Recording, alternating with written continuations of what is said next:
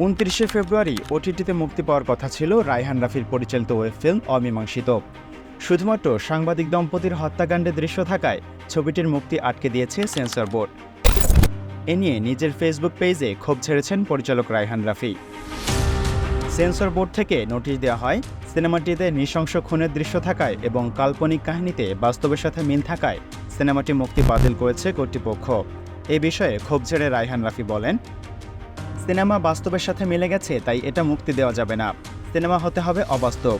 Web film অমীমাংসিত sensor বোর্ডে আটকে দেওয়ার তীব্র প্রতিবাদ জানাই।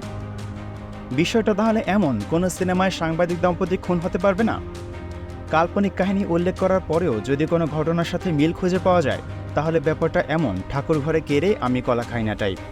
তাহলে কি সিনেমায় কোনো মেয়ে গুম হয়ে খুন হলে তা কুমিল্লার তনুর সাথে মেলানো হবে?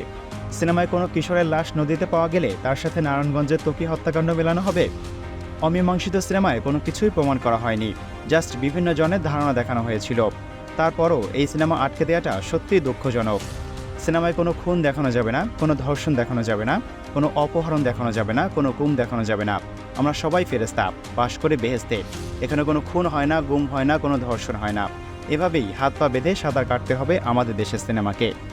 কেবল রায়হান রাফির অমীমাংসিতই নয়, এর আগে মোস্তফা সরোয়ার ফারুকীর শনিবার বিকেল ছবিটিও সেন্সর বোর্ডে আটকে দেয়, কারণ তারা নাকি ছবির গল্পের সাথে হলি আর্টিজানের জঙ্গি হামলার ঘটনার মিল পেয়েছিল। দর্শক, আপনাদের কি মনে হয়, সেন্সর বোর্ডের এভাবে সত্যিকার ঘটনার সাথে মিল পেলেই সিনেমা বন্ধ করে দেওয়ার রীতি কি যুক্তিযুক্ত? কমেন্ট করে আপনাদের মতামত জানাতে পারেন। আমি খালিকুজ্জামান, সমাজসেবক এবং বিশিষ্ট দুর্নীতিবাজ। আপনারা জানেন, দুর্নীতি করে আমি হাজার হাজার কোটি টাকা অর্জন করি।